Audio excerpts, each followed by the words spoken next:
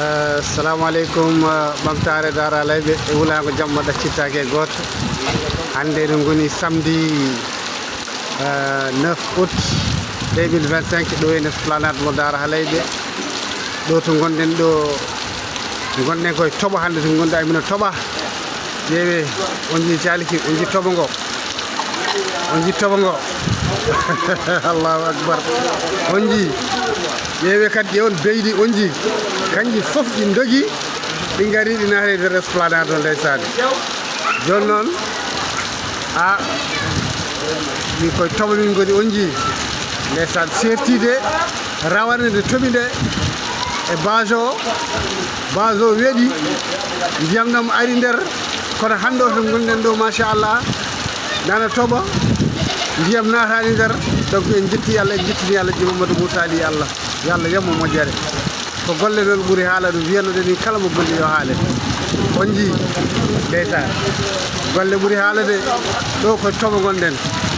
on jii ndeysan assainissement o jii tooɓo ngo on jii on jii Allah jarama on jarama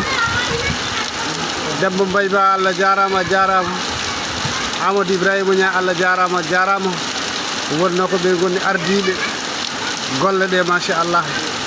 enen fof dewɗen hen mbaɗɗen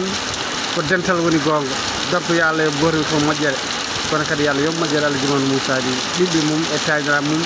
e jaytiraɓe mum e tutiraɓe muɗum kala ko ma e raddo ko jawgal defi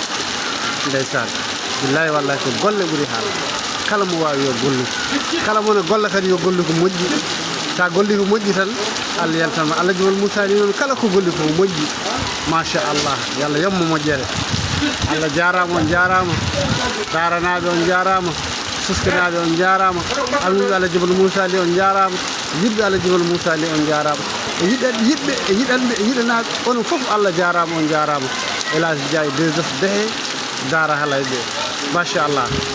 golle noon ɓuuri haala on jii